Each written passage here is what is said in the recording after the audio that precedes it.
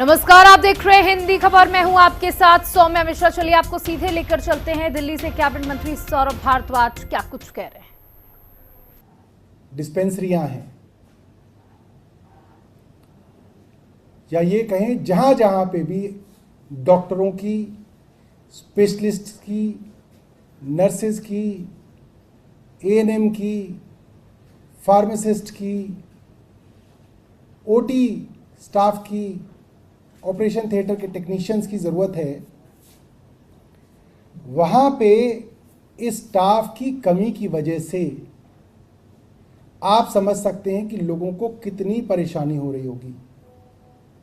दिल्ली, उत्तर प्रदेश, हरियाणा और कई आसपास के राज्य में कोई बीमार पड़ता है तो वो दिल्ली आता है सोच के कि दिल्ली के अंदर इलाज होगा।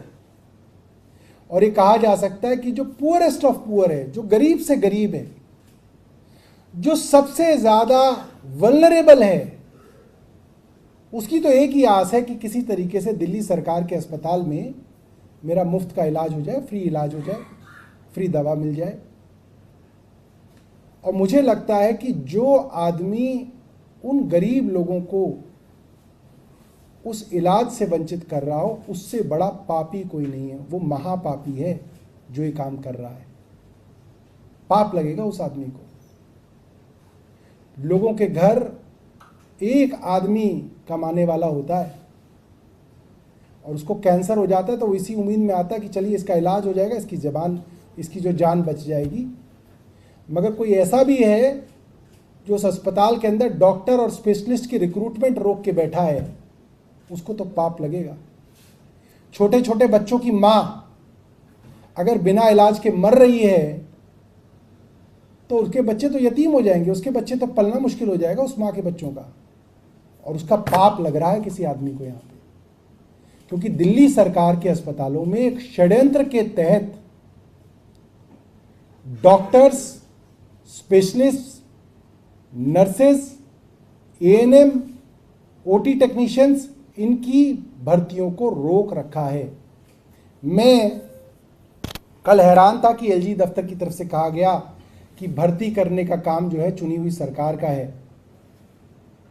और अगर आशा किरण शेल्टर होम के अंदर डॉक्टरों की और पैरामेडिकल स्टाफ की कमी है, पोस्ट अवेलेबल हैं मगर पोस्ट वेकेंट हैं, तो उन वैकेंसीज को भरने का काम दिल्ली की चुनी हुई सरकार का। मैं हैरान था कि अखबार में ये बात कैसे लिख दी गई।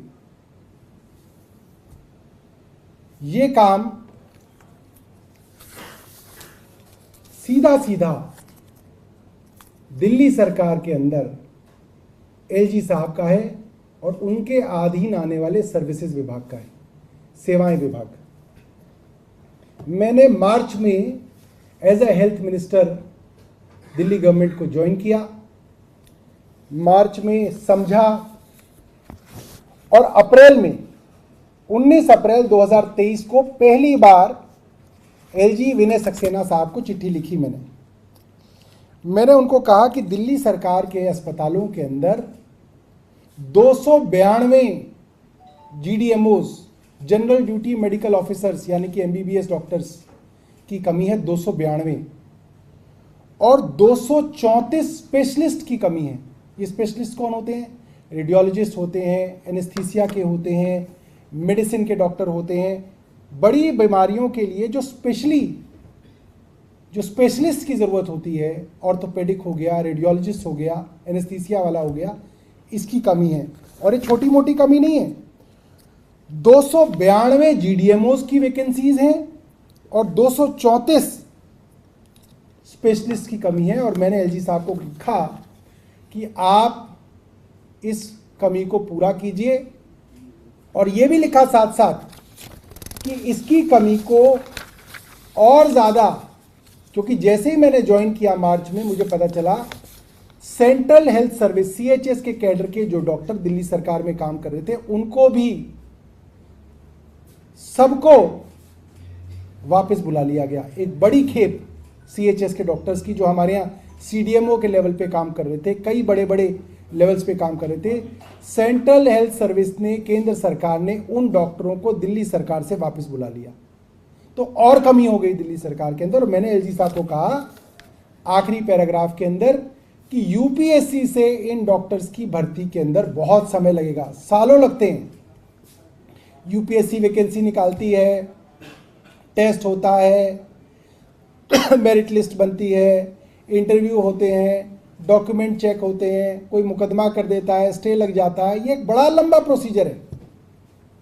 उसमें भी डॉक्टर ज्वाइन करते हैं, नहीं ज्वाइन करते हैं, ये भी एक बड़ी परेशानी है। तो आप कॉन्ट्रैक्ट पे इन डॉक्टर्स को हायर कीजिए। ये मैंने आज नहीं, पिछले साल अप्रैल के अंदर एलजी साहब को लिखा। उसके बाद 2 महीने बाद 6 जून को मैंने दोबारा से एलजी विनय सक्सेना साहब को लिखा और मैंने ये लिखा कि भाई देखिए, यूपीएससी से रिक्रूटमेंट में समय लगेगा, आप कॉन्ट्रैक्चुअल 1 साल के कॉन्ट्रैक्ट के लिए हायर कर लीजिए डॉक्टर। भाई जो ऑपरेशन थिएटर के अंदर ऑपरेशन नहीं हो पा रहे, स्पेशलिस्ट नहीं है, हॉस्पिटल बने हुए डॉक्टर नहीं है, लोगों का इलाज नहीं हो पा रहा, आप ये तो करिए।